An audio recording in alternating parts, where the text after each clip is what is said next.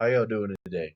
Today, I'm going to go over my muscular fitness assessment. The importance of muscular fitness testing. Muscular fitness testing is of importance for a client's overall muscular fitness for performing ADL and leisure activities comfortably. The maintenance of an independent lifestyle as one ages. It is also have relative importance to weight management and reducing the risk of osteoporosis, sarcopenia, and glucose intolerance. The main categories for muscular fitness testing. The main categories are muscular power, muscular strength, and muscular endurance. With muscular power, this is the test that is most commonly assessed in athletic populations and less commonly in general clinical populations. The main way of testing for muscular power is with vertical jump and plyometric exercises. These can be easily included in a fitness assessment battery with the appropriate populations. Now we go to the next main, which is muscular strength. Muscular strength is regularly tested in fitness and wellness settings. Muscular strength is defined as maximal amount of force that can be generated in a single contraction.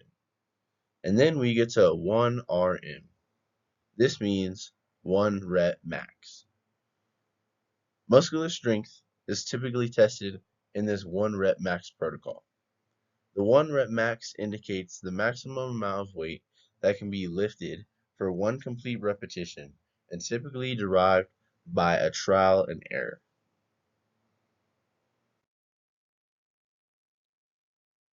The 1 rep max test involving maximal exertion can be inappropriate for certain populations, such as those with significant and relevant orthopedic limitations, youth and elderly populations, and those at a high risk or diagnosed with cardiovascular, pulmonary, or metabolic disease. In these and potentially other cases, such as with a client who has never performed resistance training, or a more submaximal approach may be prudent. As an alternative to the 1 rep max strength test, a multiple repetition max test may be performed, with the value used to predict the 1 rep max. A submaximal approach still uses the same exercises as a 1 rep max test would, but the client will end up doing 5 to 10 repetitions to failure. This will still give a 1 rep max estimate without having to put the full load on and try for the 1 rep. And then under this is the formula that you would use if you're doing the submaximal test. Here's the protocol for the 1 rep max testing.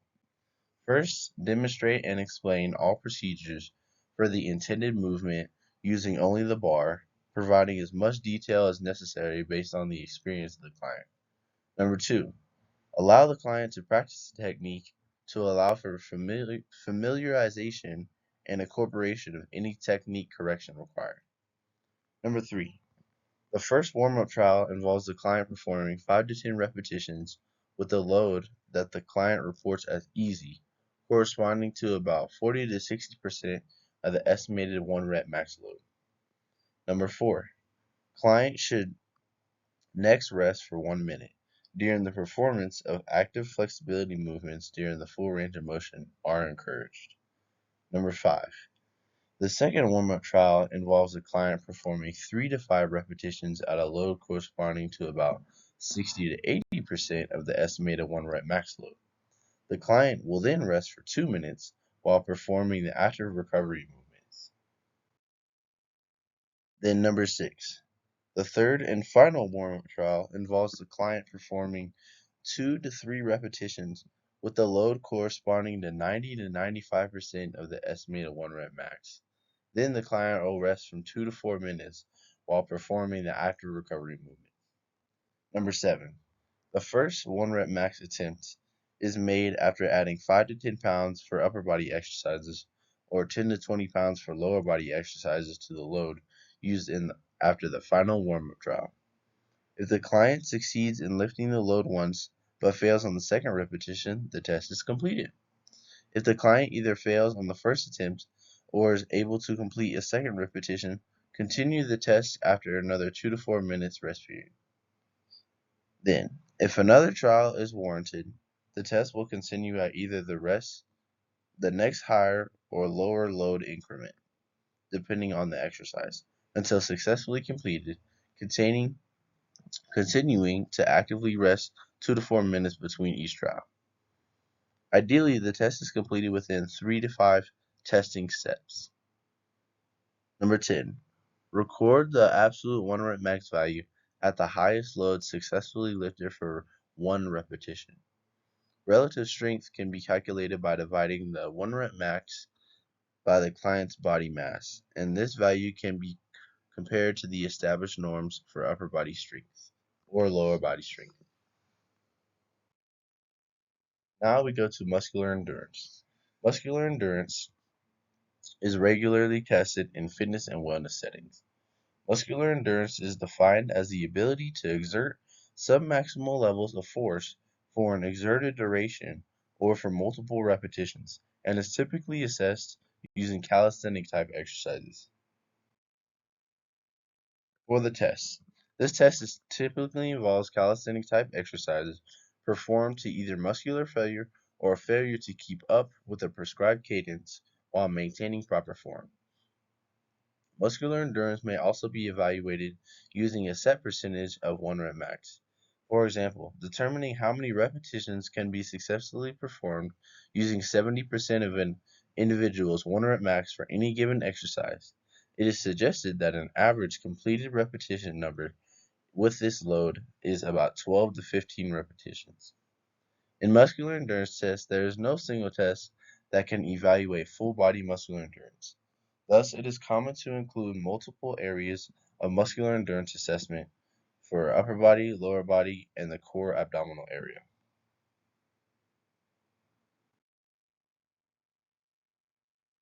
Here's the steps and methods for the muscular endurance test.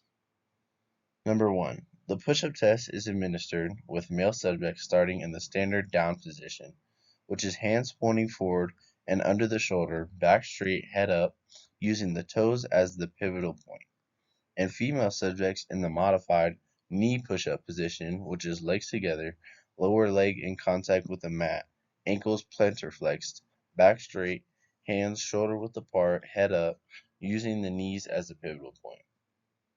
Number 2. The subject must raise the body by straightening the elbows and return to the down position until the chin touches the mat. The stomach should not touch the mat. For both men and women, the subject's back must be straight at all times, and the subject must push up to a straightened arm position. The maximal number of push-ups performed consecutively without rest is counted as the score. The test is stopped when the client strains forcibly or is unable to maintain the appropriate technique for 2 consecutive repetitions. Standard muscular fitness testing procedures. Familiarization and/or practice sessions are important to include prior to the actual testing, particularly with novices, to minimize the learning effect. A general warm-up consists of 5 to 10 minutes of light aerobic exercise, dynamic stretching, and practice reps completed with higher loads should be completed prior to testing. Protocol should be strictly adhered to, specifically desired ranges of motion and movement velocities relevant to individual tests. One or more or multiple spotters should be used when necessary, especially during the muscular strength test. And lastly, the adherence to these practices can increase test score reliability and allow for more accurate tracking of physiological adaptation. I hope y'all got as much of this as I did. There's so much importance with the muscular fitness testing, with muscular power, strength, endurance. All this is so crucial to getting a proper test for the client to know where they're at, and then for the client to see their progress, to see how you are doing with them, and to just see them overall improve in everything they do. Thank y'all for listening to my presentation and have a great day.